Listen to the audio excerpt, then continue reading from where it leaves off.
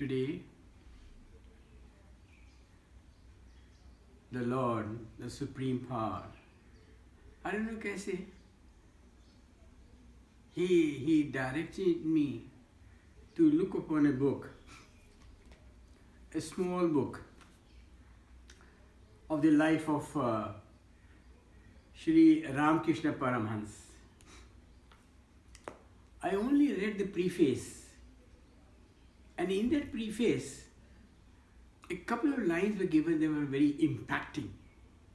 He said, the culture of a nation is not built in a day or in a short period of time, or even in a few years or a few centuries. हमारे भारतवर्ष की जो संस्कृति है, it is not only centuries old, thousands and thousands years of old it is, and that gives us distinctive character to the nation. इस भारतवर्ष की भूमि में जितने भी लोग रहते हैं, उनका जो चरित्र बना है,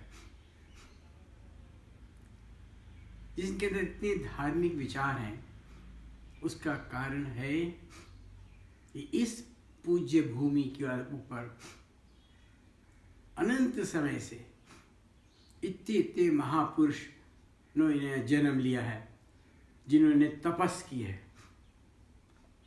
है, तपस ऑस्टेरिटी, अपने मन को कंट्रोल करके शांत किया है. They got away from this hubbub of the worldly life, and then they receded to the mountains, near the nature, where there was no influence of the society or of the world or the ways of the world. They were sitting in solitude, alone, and they found they were not alone.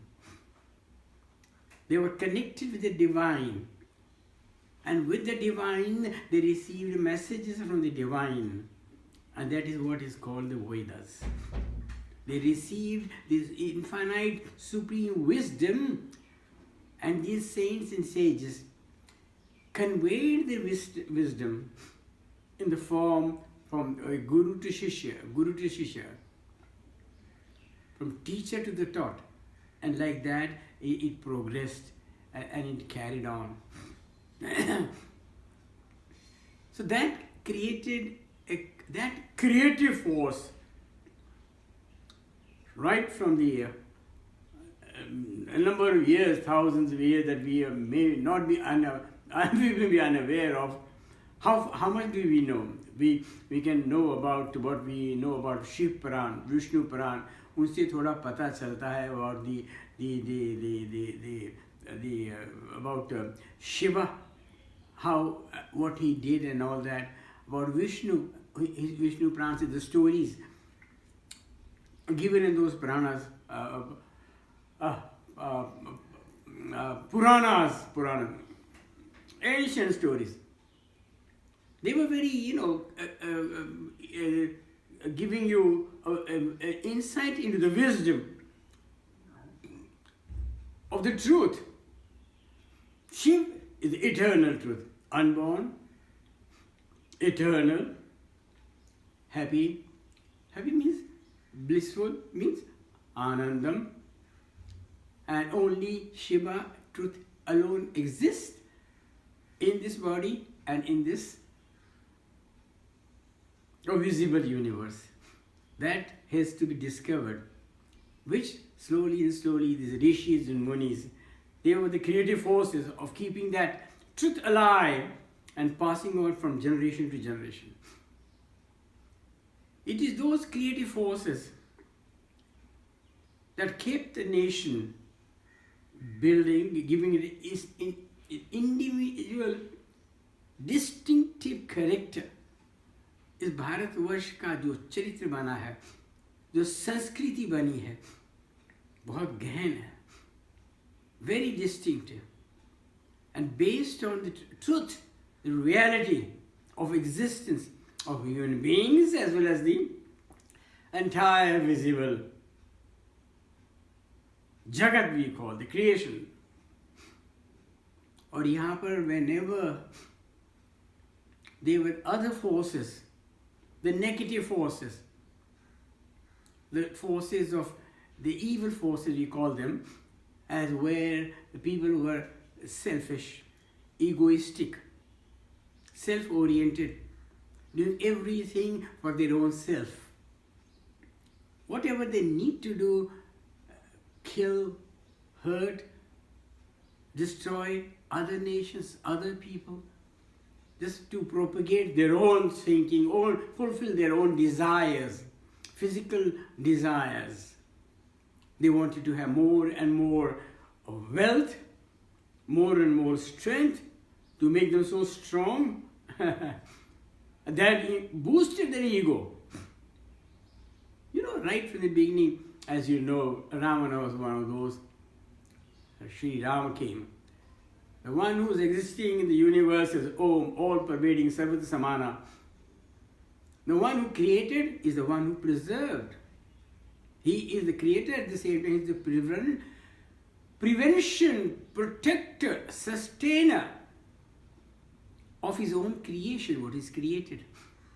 He is watching all the time. He takes a human birth, corrects the thinking, puts the thinking on the right path. अपने जगत का balance बनाने के लिए between good and evil, between light and darkness, the good people and the evil people, they exist all the time. Ever since the creation, light, wisdom and darkness, ignorance have always been existing. That is why this duality came and the Jagat, the world, was created. However, there has been a constant effort to bring out the goodness, the illumination, the light, the good values, the human values that has been sustaining the Sanskriti, Bhartiya Sanskriti, the Indian Bhartiya culture of Bharata. And down the line, as we have seen, came Krishna at the time when it was becoming more and more spreading. Adharma jab jada badh raha tha. Adharma means dharma is always there, untouched. The truth is that. But the practice of dharma was declining. Not dharma. People were not practicing the path of truth. They were becoming more and more self-oriented, greedy for power, for status, for wealth, and for greater strength, trying to conquer as much the surrounding areas, बाकी और देशों के ऊपर भी राज करने का, control करने का जो उनका जो ध्येय बन जाता था, so that they could spread their kind of a thinking in most other places, was a bad trend. The Lord of the creation who made it would not tolerate it. So he comes down to curb those people, advise, correct. If they did not correct, beyond correction, the only way was to tell them, look, you do not know who you are. All of you are the truth, the eternal truth.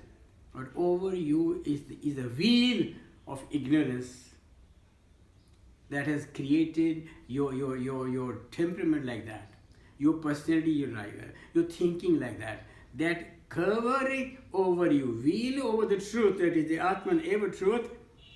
That wheel has to be uncovered, corrected. If not, it has to be removed, means it has to be destroyed.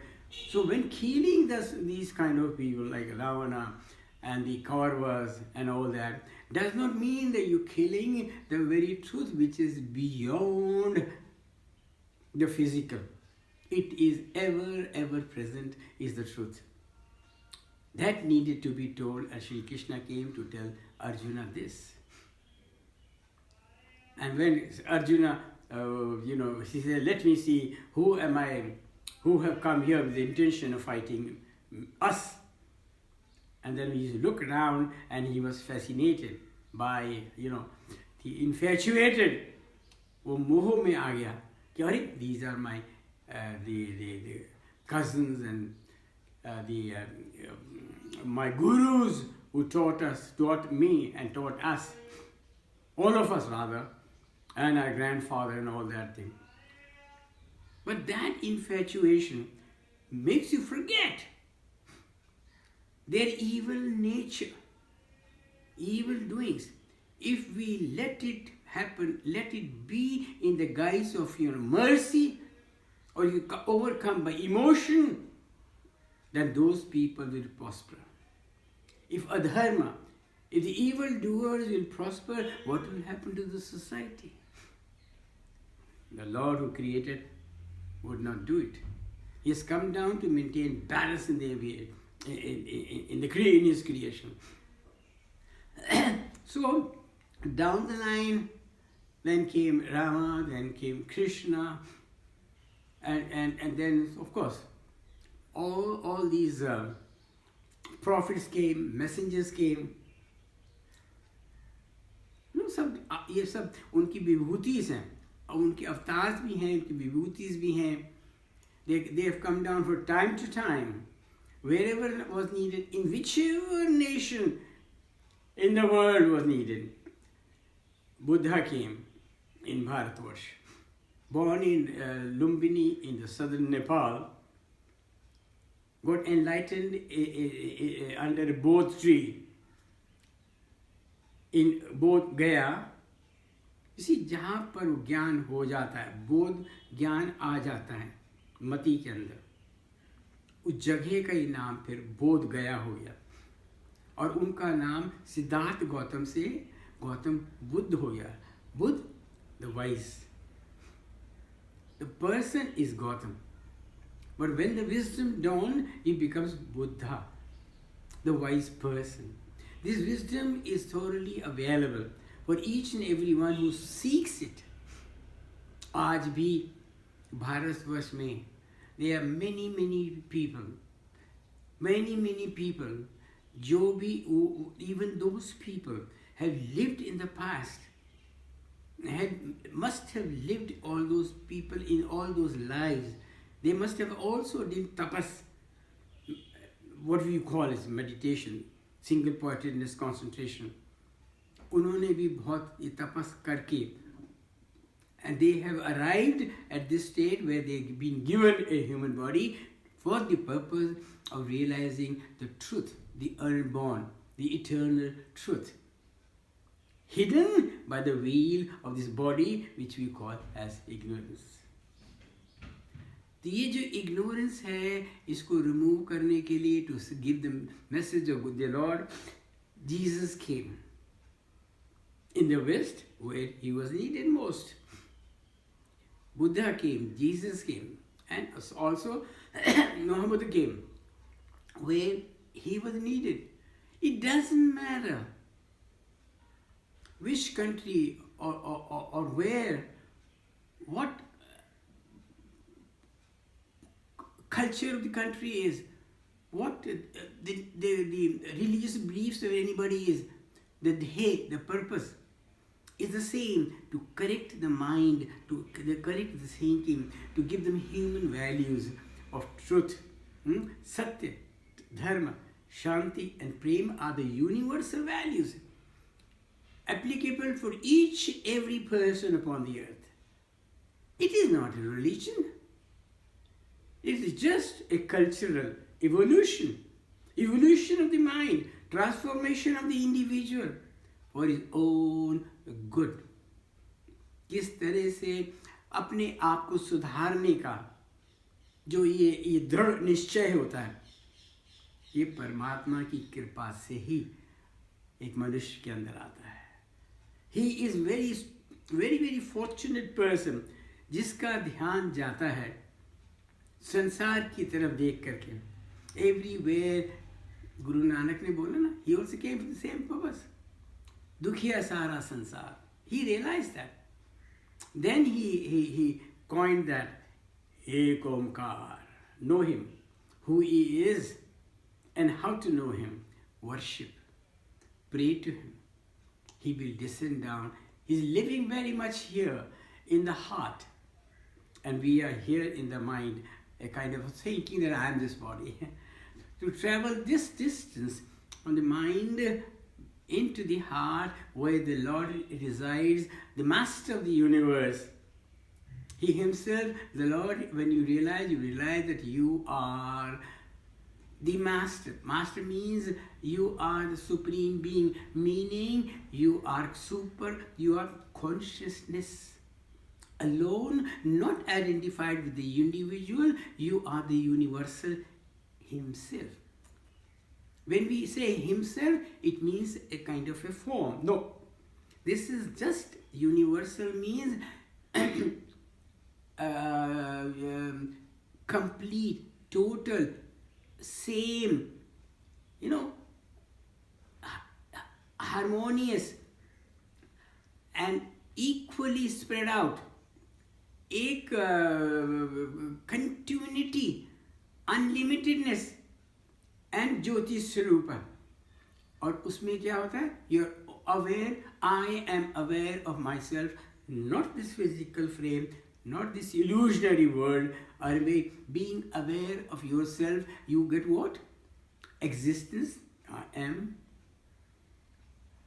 And blissful, Anandam, I am. So there is no such thing as I am. There is no such thing feeling, knowledge of existence. It is just an experience which cannot be described as the taste of a mango. Nobody can describe. So finally, what does it say? No. I may say mango is like that, but taste it yourself and find out. That prompted man to search for the truth individually. First, at reading all these scriptures, book, listening to the stories of bhaktas, how they achieve, get motivated from them. And that motivation in them made them go on their own and sought it. वो जो है tapas, that is realizing the truth within oneself. Guru only comes to tell you the direction. Tattvamasi, that thou art. He keeps on indicating you. Don't look for yourself in outside. जब सामने जब शीशा होता है ना, then we look at the mirror and say, oh yeah, I am. Where? Because of the mirror. You see your reflection in the mirror. Oh, you say, yeah, I am. But what these teachings are, you don't need to look at the image that you are. You look at yourself. You don't need the mirror. You don't need the mind. You don't need the intellect. That is self-realization. Without anything, it is self-effulgent, self-luminous. सूर्य को बताने के लिए क्या कोई torch चाहिए, कोई candle चाहिए? ना. It is self-effulgent. So is this आत्मा self-effulgent. जब आत्मा के साथ में कनेक्शन हो जाए तो इंसान तो एक इंस्ट्रूमेंट रहता है, खाली बंसरी बनता है. बोलने वाला तो अंदर से फिर वही कृष्णा ही होता है, परमात्मा ही होता है. जब मैं बोलता हूँ तो वो शांत बैठता है, विटनेस बन के. इसे बी माई गेस्ट. डू.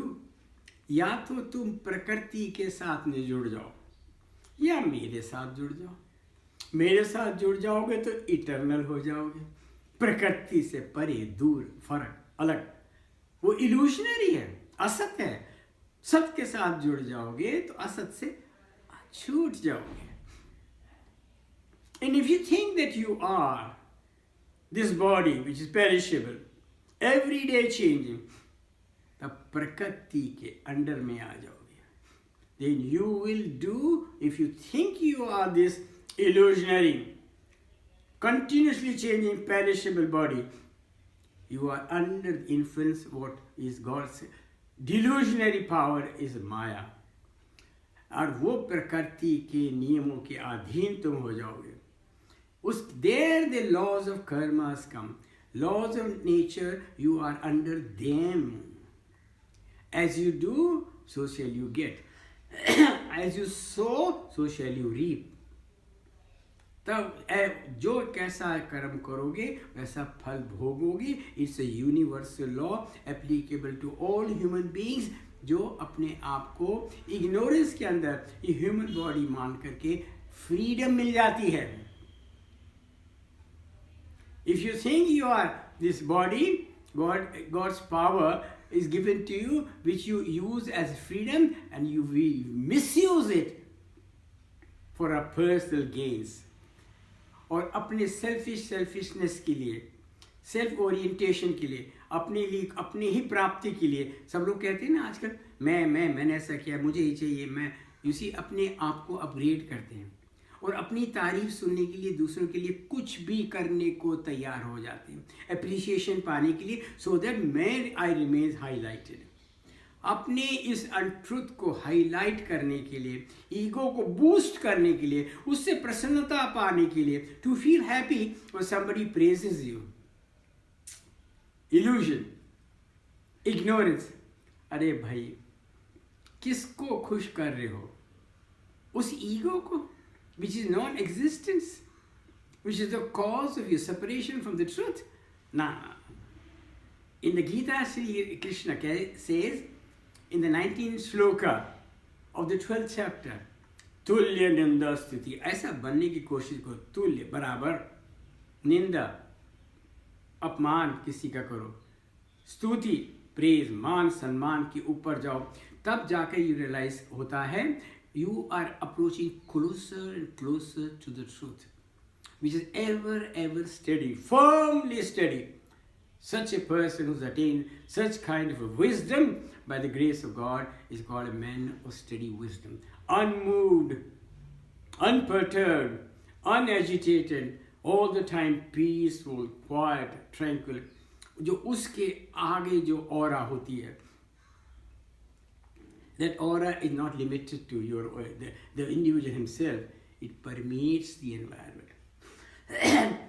कई बार सुना है, लोग कहते हैं ये ऋषि मुनि पहाड़ों में जाकर के बैठ जाते हैं. They meditate there. They realize the truth there. We are far off, thousands and thousands of miles. हमको क्या फायदा? What benefit the other people in the nation get? By what? When we tend to believe the stars and the planets, they have an effect upon us. The heavenly bodies have an effect upon us. That we believe. In astrology we believe that. ओहो, इस planet ग्रह की वजह से मेरे को आज ये समय ऐसा आ रहा है, ये काल ऐसा आ रहा है, that I'm going through a bad patch of life, or something good is coming in my life because of the effect of the planets in the universe. इतने दूर planets का अगर असर आपके ऊपर हो रहा है, तो my dear, these saints are sitting in your Bharatvarsh only. और उनकी जो क्रिएटिव फोर्स है, उनकी जो वाइब्रेशंस हैं, उनकी जो ऑरा है, उनकी जो विजडम है, वो wisdom of knowledge and wisdom and the Anandam and the truth, they discovered themselves, which is always everywhere. They have discovered themselves as in an individual soul. It permeates the whole environment. तो हमारी culture ऐसे नहीं बनी है. हमारी culture इतनी ancient है, इतनी पुरानी है बाय दिस क्रिएटिव फोर्सेस. लेकिन क्या हुआ? Why this culture has eroded from time to time? कैसे हुआ? 19th century was very, very influential in the sense. You see, the influence of जो वेस्ट से जो आए थे, मुगल्स आए थे, वो अपना ही कल्चर इम्पोज कर गए, करने की कोशिश करी. काफ़ी लोग बच भी गए, काफ़ी लोग इन्फ्लुएंस भी हुए, रेजिस्ट भी किया.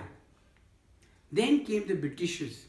They came with their own thinking and their own culture. और जो western thinking culture है, that is of wealth, monetary power, commanding, controlling the other people, not controlling their own mind. And that was what our culture is. control our own mind, bring stability and tranquility in your own mind rather than controlling others. For what? How does it help you individually? Boost your ego that I am in charge, I'm in controlling of so many people, so many countries. No. This is called eroding, imposing upon our ancient culture. The effect हो ही जाता है. एक शुद्ध पानी, pure water is pure, अगर एक blue beaker में आ जाए ग्लास में तो ब्लू लगने लग जाता है. होता नहीं है, पानी तो हमेशा प्योर ही रहता है, दिखने लग जाता है.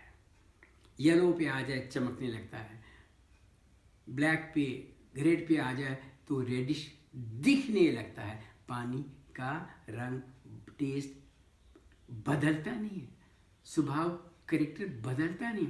ट्रुथ कभी चेंज होती नहीं है. आउटवर्ड हमारी जो माइंड है, थिंकिंग है, उसके ऊपर असर आ ही जाता है. जैसा रहे संग वैसा चढ़े रंग. तो ये जो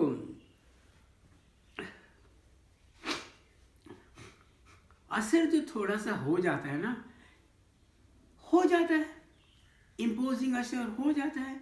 There are various ways to changing your nature, overpowering you by giving you what? Incentives. By giving you what? A little bit of, worldly pleasure ka taste. And that is awakening the weakness in the other person for wealth, and they think wealth will give us happiness. They will give you sensory perceptions, sensory pleasures, material benefits that make you realize, yes, by these material gains, material profits, and sensory play in the outside objects will give you happiness, joy, and a sense of enjoyment. भूल गए ना अपनी nature को. This is the effect of your mind going outwards. तो ऐसी civilization, ऐसी thinking का जब imposition हो जाता है from the 19th century onwards, हमारी जो वो थी the dharma, your own true self, वो धीरे धीरे वो cover होने लगी.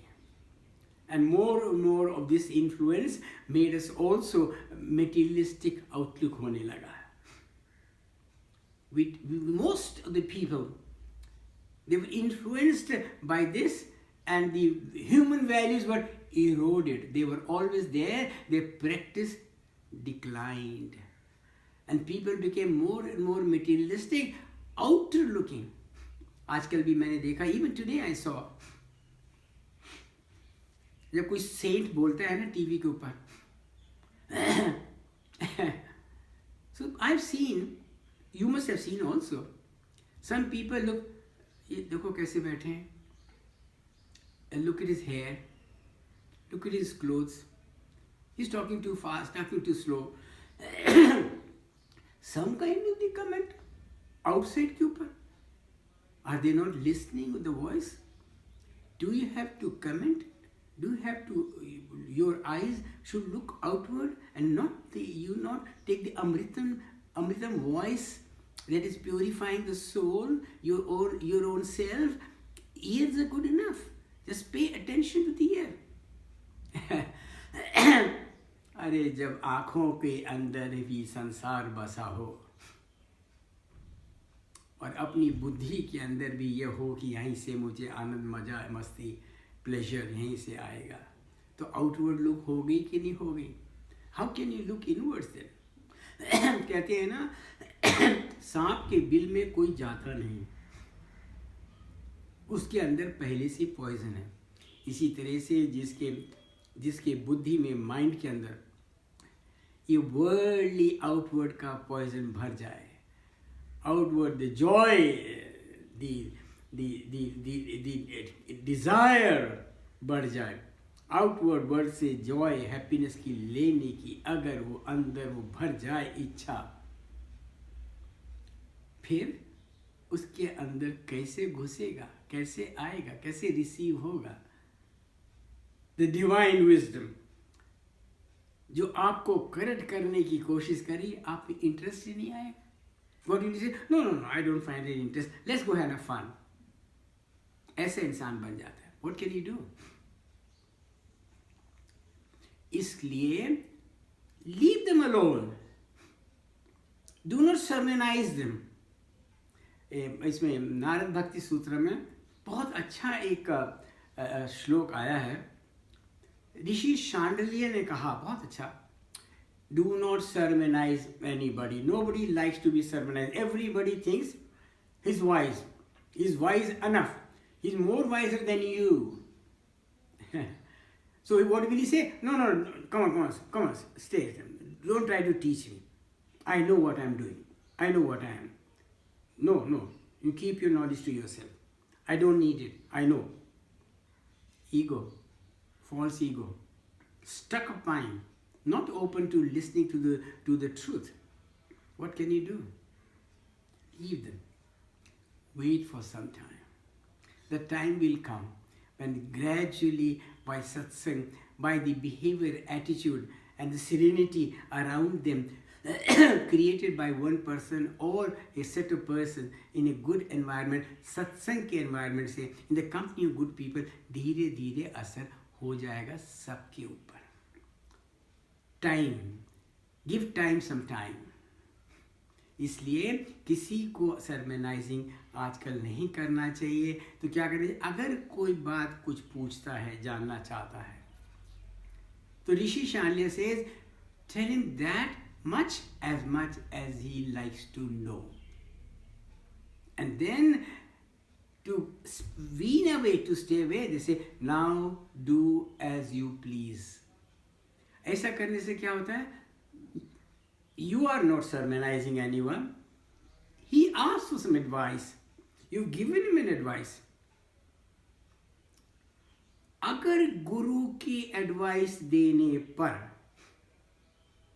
अगर शिष्य अगर उस एडवाइस को अपनी लाइफ में, प्रैक्टिकल लाइफ में नहीं उतारता है, if he doesn't practice what has been taught to him, उसके ऊपर गुरु का दोष लगेगा. That is not good. तो गुरु अपने आप को कैसे सेव करते हैं? या तो जो गुरु लोग, आचार्य लोग तो बताते हैं डूज एंड डोंट्स का. Sadguru awakens the truth in you for that you make your own decisions with your enlightened intellect. तुम अपनी decision खुद लो so that you don't blame anybody, for your inner self is so enlightened, illuminated that it gives you the right direction, right advice. अंदर से आवाज आती है, वो आपको रोकती है गलत काम करने के लिए, and then अच्छे काम करने के लिए prompt करती है. That awakened viveka in you, Ganesh ji की पूजा करने से भी आता है. इसलिए गुरु अपने, सदगुरु क्या करते हैं? हमारे देखो साईं बाबा भी थे हमारे साथ में. I saw he used to awaken the goodness in the other person. He used to make the other person realize you are good. You have these qualities only. उनकी presence मात्र में ही the other person used to feel happy, blissful and full of contentment. उनके सामने जाके कोई इच्छा ही नहीं होती थी.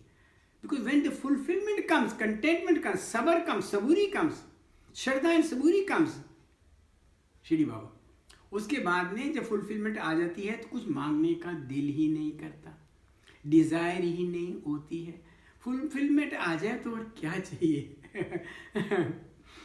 This reminds me of a very wonderful dialogue between Swami Vivekananda. So you see, he went to Ramakrishna Paramhansa. Hansa is wisdom. Paramhansa, he knows the other person also, is capable of transmitting, conveying his wisdom, awakening his wisdom in the other person. He touched Vivekananda like this on his forehead, and he immediately, his mind calmed down and he realized himself as Anandam, Paramhans. उनके मात्र touch से, mere touch उनका ये असर करता है। मैंने भी अनुभव किया था। I was sitting in the veranda in Prashanti Nilayam. Swami came. That time, he was in a wheelchair. See, such great souls don't help themselves. It doesn't matter the outside health, body, consciousness is not there. What is matter is the Atma that shines ever through their eyes. Touch of love by their hands. The words are soothing. Where does the body come into the picture? It's beyond the body. Body is just a means of conveying. It's an instrument of conveying the truth. ये consciousness, ये body, ये सब are the instruments of conveying the truth. You need a medium to convey the truth. That is why we are given this body and this intellect, and this consciousness also is an instrument. It is an instrument of the Atman to see the body, your inside and outside, as well as the world. So it is consciousness is also an instrument. For whom? For the Atman, for the real self. For what? To see your own self and to the world, so that you can, in the world, you can do your worldly duties. The purpose for which you are born is two. Your one is given a birth, because ordained by your prarabdhas. Your past karmas have to fructify and fulfillment through this body. Good or bad what you've done, good or bad is what you get. To settle the karmic account is one reason for this body that keeps it going, sustaining. हम प्रारब्ध के अधीन हैं. The laws of karmas are still there, that is giving us the span of life. हमें कितना जीना है, कितना उसमें सुख दुख पाना है, dependent entirely on them. है ना? तो हमारा जो लाइफ स्पैन है, ये हमारा अपने अंडर के control, not under our control, it is control by those प्रारब्ध. वो जब फुलफिलमेंट होगा इस शरीर के थ्रू, तब जाकर के हमारा शरीर will and. They are maintaining it for their settlement of their karmic account. But during this time, we also have the freedom to do away with all that. Let nature work as it is upon our body and troubling mind, this, that and the other. दुख सुख लाएगा, वो तो उसको तो हम कुछ कर नहीं सकते. रामकृष्ण परमहंस ने कहाँ परवाह करी? कैंसर हो गया, परवाह नहीं करी. रामकृष्ण वो अपना रमण महर्षि ने कहाँ परवाह करी? उनके भी हो गया था थाई में इधर उधर कहीं. He couldn't care less because he was detached from the body. Videhi. Rather, Janak was also Videhi, not connected with the body, but connected with the truth. अरे बॉडी अपना रास्ता चलाती है, प्रकृति के अंडर में चलती है. मैं परमात्मा से जुड़ के चलता नहीं हूँ, स्थिर हो जाता हूँ, एवर स्टडी हो जाता हूँ. Like the center of a wheel. I am steady, let the wheel carry on. Body तो प्रकृति के अधीन है, जैसा करा था वैसा भुगतना पड़ेगा.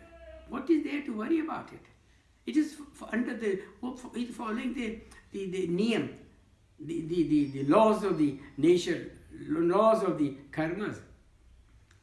ये अंडरस्टैंडिंग जब हो जाती है ना, तब दुख सुख से इंसान को सहन शक्ति भी आ जाती है. देन यू रियलाइज ये तो होना ही था, हो ही रहा है, जितना संभाल सकते हो संभाल लो, और जो सब कुछ कोशिश करने से संभालने से नहीं समझता, then the understanding comes to help you. चलने दो, मैं अभी भी, अगर मेरा मन तो अभी भी स्वस्थ है. स्वस्थ स्वयं इस आत्मा स्थित, मैंने स्थित रहना. जो अपनी आत्मा में स्थित रहता है वो आदमी स्वस्थ है. तो स्वस्थ में रहना चाहिए. नॉट, हम लोग फिजिकली भी इसको हम ले लेते हैं कि बॉडी अगर हेल्थी है तो हम स्वस्थ हैं. बड़ी आपकी स्वस्थ हालत को हम बॉडी को कनेक्शन करके हम कह देते हैं ये स्वस्थ है. वास्तव में स्वस्थ वो होता है जो अपनी स्वयं अपनी आत्मा में स्थित रहता है. बिकॉज आत्मा का शरीर से, बॉडी से, किसी लॉज कर्मा ये प्रकृति से कोई लेन देन नहीं, कोई संबंध नहीं है. वो आदमी स्वस्थ है. तो ये जो कनेक्टिविटी है ये जो रिलेशनशिप है वो that which already is in you, you are that, तत्व वो मसीह, उसको रियलाइज करना is the supreme purpose of this life. अब बहुत लोगों को इसमें इंटरेस्ट नहीं है इन बातों में। व्हाट आई हैव, भगवान की कृपा से, उन्हीं की आवाज़ से, उन्हीं अंतर्यामी से जो वो निकला था। इन्हें कहाँ दिया हुआ है? केनोपनिषद में 2nd चैप्टर के अंदर 4th श्लोक है कि जो एक जिज्ञासु होता है, श्रद्धालु होता है, श्रद्धावान, उसके अंदर से ज्ञान अग्नि प्रकट होती है। वो जो दीपक प्रकट होता है वो आपके अंधकार को हटा देता है। It removes ignorance, है ना? It removes your darkness and brings light into you. कहाँ से? वही अंतरात्मा ज्योति से, कहीं और बाहर से नहीं आती, अपने अंदर आत्मा। उसको पाने के लिए हमारे हाथ की बात नहीं है। Pray to him, वही अंधकार हटाते हैं, वही अपनी अंधकार की माया से ढके हुए हैं, और वो है परमात्मा। अरे भाई, कई बार आ चुके हैं, राम रूप कृष्ण रूप में आ चुके हैं, साईं रूप में आए हुए थे, उनसे जो लाभान्वित हो गए, who was impressed, who went there with the intention of knowing the truth, not for getting the trinkets, ये दे दो, वो दे दो, शांति दे दो, बच्चों की शादी कर दो, ये कर दो, विभूति दे दो, all that thing, material outward benefits, वो भी दे देते थे स्वामी। अरे कुछ आया तो सही मेरे पास में, कुछ लेने आया है, पूरी करने से श्रद्धा बनती है। तो जब श्रद्धा बनती है तो उसके बाद में, श्रद्धावान के बाद में, then Swami said, I give you what you want, so that one day you are ready to receive what I came here to give you. अरे भाई, वो जो देने आए थे वो देखो आप। उन्होंने हॉस्पिटल बनाए, स्कूल्स बनाए, फ्री एजुकेशन बनाई, वाटर कैनाल सारे साउथ के अंदर बनाई, सब कुछ करने के बाद जिसको जो जो चाहा वो दिया, बीमारों को ठीक भी किया, लोगों को, अरे मम्मी की थायराइड उन्होंने ऐसे करके ठीक कर दिया। सारा प्रकृति उनके अधीन थी। मैं तो देखा है, powder vibhuti in his hand in the cockpit. विभूति का जो पाउडर विभूति की क्या कैरेक्टर होती है? Scattered all over. पानी का क्या कैरेक्टर है, क्या चरित्र है, क्या नेचर है, क्या गुण है? It binds, water binds. That nature he gave to the vibhuti, the ash, and it flew like a stream of water straight into your mom's mouth, and the thyroid was created. ये जो पानी का गुण है कितना अच्छा। एक dust मट्टी से कोई बर्तन नहीं बन सकता। कुम्हार उस मट्टी को क्ले बनाता है, उस क्ले को पानी डालता है, पानी से क्ले के जो स्कैटर्ड पार्टिकल्स होते हैं, they get together and it becomes clay. और फिर उसको वो कुम्हार मोल्ड करके डिफरेंट शेप्स एंड फॉर्म्स बनाता है। Water joints. स्वामी ने आकर के इस कलयुग के अंदर, when he realise most people are infatuated with this outside world of objects and creating a difference between each other. I know what I am. I am so and so, so and so and so. I know my habits, my nature, my habits are good. Everything is. दूसरे आदमी की habit अच्छी नहीं है. You know, the comparison came. The criticism came. The comments started coming. And then you see, he has more, jealousy came. He's more wise, envy came. So these qualities started coming. I will not call it the qualities. क्या और शब्द क्या बोले? दुर्गुण। ये जो दुर्गुण जो आने लग जाते हैं, है ना? गुणा तो है ही, क्वालिटी तो है ही, लेकिन जब ये दुर्गुण आने लग जाते हैं, body connected, body oriented, they pollute our mind, है ना? इसको सुधारने के लिए, सीधा करने के लिए, देन वी अप्रोच ए गुरु, सत्संग ढूंढते हैं, ताकि हमारा माइंड स्ट्रेटन आउट हो जाए, हमारे माइंड के अंदर अच्छा रंग चढ़े, है ना? We become a wise person, cool and steady person. तो ये आज बताना जरूरी था। जो भगवान स्वामी आए ऐसे टाइम के वक्त, उन्होंने वो नहीं किया जो पहले ज़माने में उन लोगों के लिए पर्याप्त था, was necessary. It was necessary for Rama to kill one bad soul. He was influencing the others around him. क्या होता है, एक आदमी अगर सेल्फिश हो और पावरफुल हो जाए ना, तो वही that he evokes the same kind of emotion, feeling, attitude out of the others, and they get attracted to him. आजकल वही तो हो रहा है. More and more people are getting attracted to the ego, to the worldly joys and pleasures, and the lobe, the greed for more and more and more. अरे भाई, greed तो हमारे में भी है, लेकिन हमारे अंदर greed तो सत्संग का है. We want to hear more and more of the satsang. We want to hear more and more of the Gitas, Upanishads, Bhagavatams. और ये कथा सुनने में जो हमें आनंद आता है, कभी उससे तृप्ति नहीं होती है. We want to hear more and more and more. ये जो ग्रीड है, यही तो भैया एक लगन है, यही तो एक है कांस्टेंट अवेयरनेस. भगवान की अविरल भक्ति तो यही है. अविरल means constant, always wanting more and मोर भक्ति. उनकी बातें सुनना और सुनाओ और सुनाओ. ये जो इंटरेस्ट, रुचि पैदा हो जाती है ना, इसको भगवान का प्रेम कहते हैं. भगवान के प्रति जो ये प्रेम जागृत हो जाता है ना, वो प्रेम खींच करके और हम दोनों को एक कर देता है.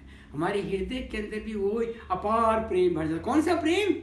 Not for your own self, not for your loved ones, universal prem. अब सबके अंदर वही ईश्वर आपको दिखता है और हर एक के अंदर वो प्रेम नजर आता है. जैसे सुनार को हर ऑर्नामेंट के अंदर गोल्ड नजर आता है, हर कुम्हार को, पॉट मेकर को हर पॉट के अंदर मट्टी नजर आती है. ऐसी दृष्टि जब हो जाती है, सब संसार में सब चीज के अंदर परमात्मा के गुण नजर आते हैं, प्रकृति के अंदर और जीव के अंदर, लिविंग बीइंग्स के अंदर स्वयं परमात्मा ही नजर आता है हर के अंदर. जिसके अंदर जैसी दृष्टि बन जाती है, वैसी सृष्टि दिखने लग जाती है. अगर ये दृष्टि अगर शुद्ध और प्योर हो जाए, connected with the soul, with the atman, और ये हमेशा पीसफुल, हैप्पीनेस और ब्लिसफुल रहे, दूसरे के अंदर भी वही नजर आता है. And then you have the capacity to evolve, to emerge the same truth out of the other person. जब उसके अंदर से भी ये भाव जागृत होता है, तो उसको एक आपके प्रति एक आत्मीयता, प्रेम पैदा हो जाता है. ये है आपसी प्रेम. And that is how the love spreads. और यही संदेश देने के लिए हमारे परम पिता गुरु सत्य साई बाबा आए. और इस प्रेम का भी हमें, आप भी करके देखिए, सबके हृदय के अंदर वही प्रेम है. आज घर में करके देखिए, क्या घर में सुख, शांति, हार्मनी फैल जाएगी. इसी the charity begins at home. Anybody who's awakened to this spirit, to this wisdom, to this connection of within, the self, the atma, the anandam.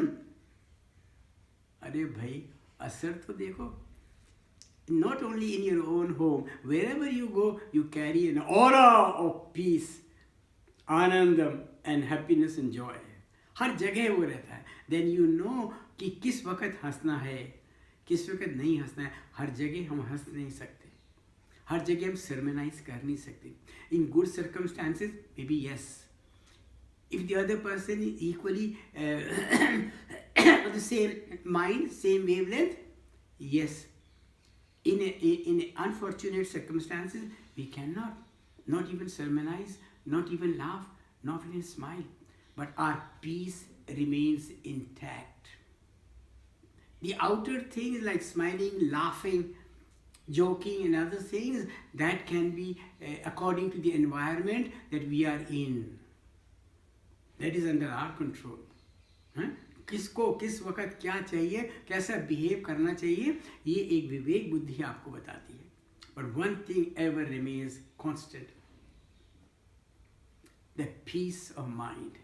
ये पीस ऑफ माइंड एक ऐसी चीज है, ऐसी वेवलेंथ है, ऐसी ऑरा है, ऐसी गुलाब की खुशबू है, चाहे आप बोलो चाहे ना बोलो, पीस तो रियलाइज होती ही है. It becomes your nature. इसको प्रैक्टिस तो करना ही पड़ेगा, इसकी आदत तो डालना ही पड़ेगा, इसकी हैबिट तो बनानी ही पड़ेगी। हैबिट का एक बहुत अच्छा ध्यान में आ रहा है, habit is like a thread. एक अच्छी बात को प्रैक्टिस करो, not good enough, keep on practising it. Habit is like a thread, as you keep on adding more thread it becomes a rope difficult to break. That is, you're forming a habit, that you forming a संस्कार। इसलिए से अच्छे लोगों के साथ में सत्संग करके, being in the good company, even supposing you, it can happen, yes, you are in a family or in a friends or in a circle where not all people are akin to your liking. Your liking means the goodness in them. तब क्या करो, तब वहाँ पर understanding लाओ, tolerate करो। उस वक़्त हमारे पास में ये विवेक काम आता है। इसीलिए विवेक के अंदर आपने देखा, इट्स ए ह्यूमन फॉर्म, लेकिन जो हेड है that is of an elephant. An elephant is symbolic of Vivek, of discrimination. उनकी ये ट्रंक जो होती है ना, ट्रंक इज कर्व्ड, वक्रतुंड महाकाय, महाकाय वक्रतुंड। फिजिक टुंड तो टेढ़ी होती है, मन सीधा होता है, उसमें विवेक ही होता है, उसमें ज्ञान आता है। And this trunk of an elephant has the capacity to pick up a small needle off the ground. At the same time, it can uproot big trees and take it to distances. छोटा काम बड़े काम करने में इंसान को कभी हिचकना नहीं चाहिए. Nothing, no work is too small or too mean or too little that he can't handle, and no work is so big that he cannot handle. You ask for it, you get the strength to do it. परमात्मा की unlimited जो strength है आपके पास में, if you're connected with the universal. Second thing, this trunk has another guna, the capability. It can drink pure water out of a muddy water and leave the mud alone. What does it teach us? It teaches us in this world, all kinds of people are there. God's creation, He's taking care of them. Let God take care of you. You take care of yourself. And then what do? You get a discriminative power. ये sense आपकी बन जाती है कि आप हर सत्संग में, हर situation में, हर लोगों के साथ में, हर चीज़ों के अंदर आप उसमें अच्छी चीज़ें ग्रहण करेंगे, because you are aware of what good things are. ये आप में अब विवेक जब जागृत हो जाता है, देन उस तराजू खुल जाती है, then you know what is good, you accept good, what is the bad you leave it, set it aside, चलते रहो, pass on. No comment, no criticism is required. है तो है. सी, उसमें आपकी कन्फ्रंट्रेशन बचती है, क्रिटिसिज्म बनता है, कमेंट वगैरह बच जाता है, कंफ्यूजन, कन्फ्लिक्ट नहीं होती है. You save yourself from conflict and you maintain your tranquillity and peace. Another thing this elephant head tells us is he's got big ears. Big ears. Small mouth. That is, hear more. Now, इतना देर से अगर बात हो रही है तो we are hearing. I'm hearing. So it is benefiting me. If others are here interested, it's up to them. Benefit on. Goodness हर एक को असर करती है. गुलाब की खुशबू तो हर एक को असर करती है. सन की लाइट तो सबके लिए बराबर है. इसी खिड़की खुली है, रोशनी आ जाती है. जो अपनी खिड़की में अपने आप ही बंद है, ईगो के हिसाब से उसकी खिड़की बंद है तो रोशनी नहीं जाएगी. तो ये है परमात्मा की खिड़की जो हर एक की मन की खिड़की खोल देते हैं. And he makes the vision divine vision. तो हियर मोर, स्पीक लेस. अगर 2 शब्दों से काम हो जाता है, दादा वासवानी ने कहा, तो तीसरे शब्द बोलने की क्या जरूरत है? कमेंट शुरू हो जाएगी ना उसके ऊपर. तो अगर 2 शब्दों से काम हो जाता है, if 2 words is good enough, why add another 3rd and 4th word that invite comments from the other person? ना, जितना पर्याप्त हो उतना ही बोलो. Whatever is necessary for the particular topic, transaction, उस वक्त और रामायण में वो स्पीक ओनली दैट मच. आपकी स्पीच की वैल्यू रहेगी, otherwise it is blabbering blabbering blabbering, it does no effect. तो उतना बोलो जितना ज़रूरी है और वो ही इम्पैक्टिंग होता है. Another thing, the elephant has small eyes. Small eyes, you know, अभी भी देखो, if I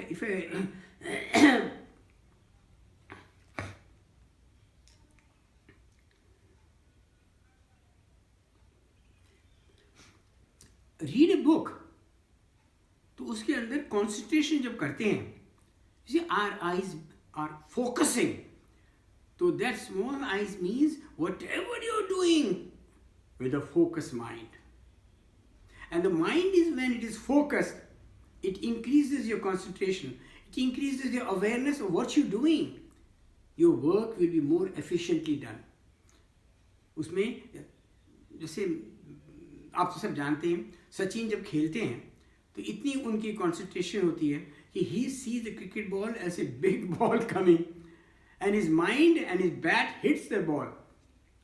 You know, so जो ध्यान जब लग जाता है, and this comes in handy even you playing a sitar, guitar, drums, tabla or harmonium, or doing reading, or even making in the kitchen work कर रहे, or in the doing the office work. This concentration is जो कर रहे हो उसी की तरफ ध्यान रहे. Another useful, इसका जो another जो हम लोग अपनी ज़िंदगी में इसको यूज़ करते हैं, वो कैसे? When we are talking, talk straight. Look at the other person's mind, so that he feels good that his attention is totally at me. I saw this trait in Rajiv Gandhi. You know, we were colleagues. We used to fly together also, and he was my co-pilot one day. इतना comfortably fly करता था वो लड़का. Cool, composure लड़का था, very sweet nature. और क्या बातें सुनाए उसकी, चलिए फिर कभी सुनाएंगे उसकी बातें. चलो एक बात तो कह ही देता हूँ. He was going to Madras. I was on the flight.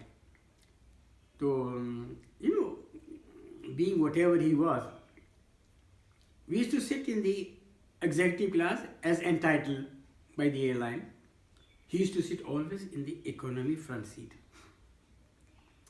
तो मैं जाके गया पीछे. So when the seat was vacant by his side, I sat down. He said, VK, good you sat down. Otherwise lots of people would come. You know, they always come shaking hand, means they're carrying a letter or request in their hand, means shaking hand. So he welcomed. Breakfast announced. The tray comes for him. Mine was later. तो उन्होंने क्या किया, croissant तोड़ के उसके ऊपर butter लगाया, white butter, Ivory. फिर उस पर रेड स्ट्रॉबेरी जैम लगाया with a knife, and then he was eating it. तो मैंने कहा यार बड़ा टेस्टी बना के खा रहे हो. He was quite as it is. Look it, देखो लोगों से हमें सीखने को मिलता है. He broke another piece of croissant, butter लगाया, जैम लगाया, एंड ही गेव इट. वीके यू हैव इट, मेरे को दिया. You see, we learn from people, no matter who they are. It doesn't matter. Everybody out there to teach you. If your aim is to learn, the nature is there to teach you. Each and everything is there to. Even an ant is there to teach you that it gathers. It takes 10 times the weight on its back and stores it because it knows that its rain is going to come. किसी से भी सीख सकते हो. सन से सीख सकते हो. No vacation, no vacation. No discrimination, no discrimination. Always illumination, always illumination. No discrimination, no distinction. All the time illumination, no vacation. Continuous. What is this? योग, कर्म योग. वो अपना कर्म कर रहा है, अपने आप को जला करके बाकी सबका भला कर रहा है. That is the karma yoga which Shri Krishna taught to Lord Surya in the 4th chapter. And the श्लोक नंबर 1. तो ये जो कर्म योग है वो भगवान ने हमें भी बताया. We are learning from nature and everything. Elephant. Focus eyes. Whatever you do. और जो ये राजीव बात करता था ना, तो सामने से किसी से बात कर रहा है, तो he would look straight and gently into his eyes, other person's eyes, eye to eye contact. उसमें अपनापन हो जाता है. अपने राजस्थान में सब कहते हैं, कोई आई नहीं बोलता अपने राजस्थान में, कहते हैं अपन, चलो वी के अपन करेंगे. अपन means you and I we together. I will do it, no, अपन करेंगे. तो ये अपन जो है ना, ये टुगेदरनेस को बाइंड करता है. उसमें आई को शेल्फ हो जाती है. These two look straight into the eyes. और जैसा जिससे बात करता था ना, वो किसी जो लोडर से बात करता था, कहो भाई छगनलाल कैसे हो, कुछ चाहिए, मदद कुछ चाहिए? नहीं साहब हुजूर सब ठीक है, कृपा है आपकी. You know, he would come down to his level and then talk. Then he used to talk, you know, with us, with friends. Hello, VK, कैसे हो? मैं कहा ठीक है Rajiv. I used to call him Rajiv only, and he used to call me VK. Hello Rajiv कैसे हो? कहले VK कैसे हो? मैं कहा ठीक है राजीव, चलो फ्लाई करें, चलो आओ चलते हैं. When he used to talk to a high official, कोई CEO है, कोई प्रेसिडेंट कहीं का कुछ है, used to raise his level like that. Yes, Mr. Joseph, how are you? Yes, Mr. Satnarayan, nice to meet you. How are you doing? He used to raise his status like this. ये होती है communication. ये होते हैं how to transact with the other person. How to convey the other person that you are attentive to him, you are available to him for help and you are listening. जब किसी की बात कोई सुनता है तो सुनाने वाले को बहुत अच्छा लगता है. That what I want to share and give, he is being accepted by the other person. इसीलिए हमारे ऋषि मुनियों के आश्रम के अंदर जब स्टूडेंट जाता है बचपन से, before he gets spoiled, you know, बचपन से ही 7-8 साल की उम्र से जब बच्चा जाता है आचार्य के पास, आश्रम के पास, तो आचार्य के अंडर हो जाता है. अंडर मीन्स उनका हुक्म में चलता है, वह नियम में चलता है, आश्रम के डिसिप्लिन में चलता है. और वो आचार्य, वहाँ का जो गुरु है, वो सब शिष्यों को एक दृष्टि से देख करके फर्क सबको काम बताते रहते हैं, जब तक द स्टूडेंट, जब तक पूरा सबमिसिव ना हो जाए, अटेंटिव लिसनिंग ना हो जाए, गुरु की शरणागति ना हो जाए, गुरु के प्रति श्रद्धा जब डेवलप होती है, then he gives him the infinite wisdom. Initiate करते हैं वो उनको, वो परखते हैं गुरु, है ना. At the right time he molds the other person's character, behavior, attitude, so that he is eager to receive what the guru was there to give it to him. उसको कहते हैं श्रद्धावान. अब ये जो श्रद्धा है कुछ तो भैया इनबॉर्न होती है, किसी में बचपन से ही होती है. ध्रुव के अंदर बचपन से इंक्विजिटिवनेस आ गई एंड ही रियलाइज, विष्णु के दर्शन हो गए. प्रहलाद कितना जबरदस्त भक्त था, वो खाली उनको बस स्मरण ही करते रहते थे, विष्णु ही हैं, he is all in all, he is everywhere, he was born that way. वो परम भक्त है विष्णु का. ध्रुव ने तो तपस्या करने के बाद में ओम नमो भगवते वासुदेवाय 12 अक्षरों का मंत्र के बाद में साधना करके अपने एक पैर पे खड़ा होकर के पहले फल फूल खाए, पत्ते खाए, फिर हवा से खाए, और ऐसे करके ओम नमो भगवते वासुदेवाय, और भगवान प्रसन्न होकर के, अरे प्रसन्न तपस्या से अपने आप को जलाना, जलाने का मतलब अपनी ईगो को समाप्त करना, तन द इंडिविजुअल खत्म होता है, तब वो यूनिवर्सल विष्णु के रूप में आके दर्शन देते हैं और कृपा करते हैं. और जब भगवान कृपा करते हैं तो भगवान से मान उनके सामने इतनी शांति, आनंदम शांतम आ जाता है, कंटेंटमेंट आ जाती है, सुकून आ जाता है, कुछ मांगने का दिल ही नहीं करता. अरे जब फुलफिलमेंट आ जाए तो डिज़ायर रहती कहाँ है. तो इस जिंदगी के अंदर ये फुलफिलमेंट आना ही भगवान की असीम कृपा है भैया. ये फुलफिलमेंट आता है सिर्फ सत्संग से, भगवान की स्तुति से, भक्ति से। किसी तरह से भी रिलेशन बना के रखो, उस परम पिता के साथ में एक रिलेशन बन जाए तो वो अपनी पूरी आपके ऊपर कृपा, वो तो बैठे हैं, तैयार बैठे हैं, और दूर नहीं है, मंदिर में, मस्जिद में, इधर उधर कहीं नहीं है, हृदयवासी है ना, अंतर्यामी है ना। यहाँ से बस यही करना है। इन द 9th chapter 29 श्लोक में इतना अच्छा लिखा है श्री कृष्ण ने और ये हमारे पर एप्लीकेबल है। This is an answer to all the question कि हमारे अंदर भगवान होते हुए हमें क्यों नहीं कुछ कहते हैं। वो सब कुछ देख रहे हैं और बुरा आदमी बुरा करे जा रहा है और उसको रोक नहीं रहे, कुछ नहीं कह रहे हैं। ऐसे कई बार कहते हैं ना, गॉड है तो क्यों, why doesn't he come forward and do it? The answer is in the 29 श्लोक। श्री कृष्ण कहते हैं कोई मेरा प्रिय नहीं है, विटनेस, कोई मेरा अप्रिय भी नहीं है। क्यों? सारे मेरे बच्चे, I am the divine father, they are my children. इन सब को मैंने अपने संकल्प से उत्पन्न किया हुआ है, मैंने अपने इनको बनाया हुआ है। Nobody is dear to me, nobody is undear to me. कोई मेरा प्रिय नहीं, कोई मेरा अप्रिय नहीं। फिर भी जो मुझे प्रेम से भजता है, वो कॉल्स मी विद लव, मैं उसके हृदय में प्रकट हो जाता हूँ। वो सर्वव्यापी, सर्वत्र समाना प्रभु सारे संसार में है, equal for all, in the hearts of all is residing. अरे उसको, उनको प्रकट तो करो। प्रकट करने का मतलब ही comes down to your level of physicality, so that you can, he is the one who's beyond the mind, he is ever there।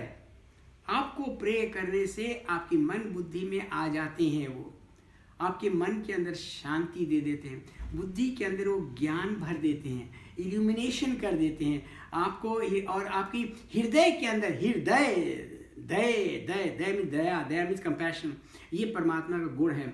आपके अंदर से कंपैशन जागृत हो जाता है, कंटेंटमेंट आ जाती है। परमात्मा आगे कि नहीं आगे आपके हृदय के अंदर? अब कोई गलत काम होगा क्या? नहीं होगा। He is as close as you think you are and is as far as you think he is। अगर यही सोचते रहोगे परमात्मा इधर है, मंदिरों में, इधर है, वट एवर, पिक्चर्स में, बाहर है, तो परमात्मा कहते ठीक है, मंदिर में हो तो चलो वहीं चलो, आओ, मैं वहीं तुम्हारी श्रद्धा पूरी कर दूंगा। The other person is a realized person, soul, आराम से बैठे हुए हैं, साधु हैं, निश्चिंत है, because is all the time connected, contented with the Lord with in. इससे अच्छी डिवोशन और क्या है? महर्षि रमन्ना कहते हैं, if you so contented, happy, peaceful, blissful all the time, फिर भगवान का जो हुक्म होगा, हुक्म रजाई चलना। गुरु नानक जी जो वो काम करेंगे, उठ के चल दिए, काम खत्म हो गया, आप आराम से आनंद में न्यूट्रल गियर में बैठे हुए आराम से। तो ये जो है ना, ये ज्ञान है। वेरियस तरीके से लोग अपने अपने माइंड सेट से, अपने अपने नेचर से, टेंडेंसी से, अपने अपने स्वभाव से, अपने अपने, किसी का स्वभाव होता है एक्टिव, काम करके शांति लेता है, किसी को होता है इंक्विजिटिव, वो जिज्ञासा से लेता है, किसी का होता है ब्राह्मण का खाली परमात्मा का सोचता है, वो सोच करके ज्ञान प्राप्त करता है। भक्त सब कुछ नहीं करता, न जब तब ध्यान कुछ नहीं करता, तपस वगैरह कुछ नहीं करता, वो तो सिर्फ एक चीज जानता है, मेरे तो गिरधर गोपाल, दूसरा ना कोई। चैतन्य महाप्रभु, बस हरे राम कृष्णा कृष्णा हरे राम, बस अपने उन्हीं का जाप करते रहना, उन्हीं के में आनंद लेते रहना, और उसी में मस्त रहते थे। Disconnected from the world, connected with the divinity, आनंद भर जाता है। तो जब ऐसा भाव आ जाए और ऐसा भक्त हो जाए जो पूर्ण शरणागति, अपनी सोच, मन, बुद्धि को भगवान के चरणों में मामैकम शरणम व्रज करके सिर्फ भगवान की तरफ देखता रहता है, उनकी कृपा का पात्र बनता रहता है, उन्हीं की भजन कीर्तन, मुंह से उनका नाम स्मरण, माइंड में उनकी इमेज, तस्वीर, और हृदय में प्यार, ये करके जब उन्हीं के समर्पण होकर के उनके शरणागत होता है, तो श्री कृष्ण कहते हैं 12वें अध्याय के 20वें श्लोक में, ऐसा भक्त मुझे अतिशय प्रिय है, very I love him the most. उसने अपनी किसी सोच, विद्या, लॉजिक वगैरह पे डिपेंड ना करके मेरे पर निर्भर है। ऐसे आदमी जो मेरे पे निर्भर हो गया, मेरे जो अब आ गया, भगवान उसको आत्मीयता देते हैं, उसको शांति देते हैं, कंटेंटमेंट देते हैं, फुलफिलमेंट देते हैं और अपना स्वरूप दे देते हैं, और भगवान उसको सब कुछ कर देते हैं, उसको फुलफिलमेंट कर देते हैं। ऐसा भक्त भगवान श्री कृष्ण कहते हैं मुझे अतिशय प्रिय है। भैया भक्ति में कोई चेष्टा नहीं है। माँ शबरी की भक्ति देखो, गुरु माता ने बता दिया था, वही परमपिता परमेश्वर ब्रह्मांड नायक दशरथ का पुत्र बनकर के श्री राम के रूप में आएंगे। माँ तेरे को कहीं जाने की जरूरत नहीं, वो स्वयं तेरे पास में, बिकॉज तू जिज्ञासु है, तू अपने चरणों से, मन से, बुद्धि से उनकी याद कर रही है। जो जिसको जब याद करते हैं तो वो प्रकट हो जाते हैं। श्री राम प्रकट हो गए, गदगद हो गई, कृतकृत हो गई। जब इंसान फुलफिलमेंट हो जाता है, भगवान देना चाहते हैं कुछ, अरे भैया जब फुलफिलमेंट आ गया तो अब क्या बचा है, सारी इच्छाएं समाप्त हो गई है, तो सब हाथ जोड़ के खड़े हो जाते हैं, हे परमात्मा आप आगे हो, आनंद आ गया है। नंद के घर आनंद भयो जय कन्हैया लाल की। जब ये आनंद आ जाता है ना, उसमें फुलफिलमेंट आ जाती है ना, फिर कुछ मांगने का, डिज़ायर का मन तो रहता ही नहीं है। जब मन ही रहता ही नहीं है, कुछ भी नहीं रहता है, तो क्या रहता है, शांति रहती है, परम विश्राम रहता है और परम आनंदन में रहता है। ये भगवान के चरणों की कृपा है। इसलिए आज कम ही विश्राम करते हैं भगवान की वजह से। हे स्वामी, हे परमात्मा, ऐसी भक्ति, हमारा ध्यान दिन भर नित्य नित्य अविरल कंटिन्यूस आपके ही चरणों की भक्ति दीजिए, और हृदय में आपकी छवि दीजिए, और आपका जो आप ये ज्ञान आप ऑलरेडी दे ही रहे हैं। हमारी ऐसी इंडस्ट्री बनाइए कि कब से आपके ध्यान से कभी ओझल नहीं हो जाऊँ। I always remain connected with you in whichever way, in all the ways, in all the work, whether कर रहा हूँ काम या नहीं कर रहा हूँ, I remain connected with you. ऐसी आप कृपा कीजिए, दया कीजिए भगवान, आपकी बहुत मेहरबानी। जय साईं राम, जय साईं, हे प्रभु राम।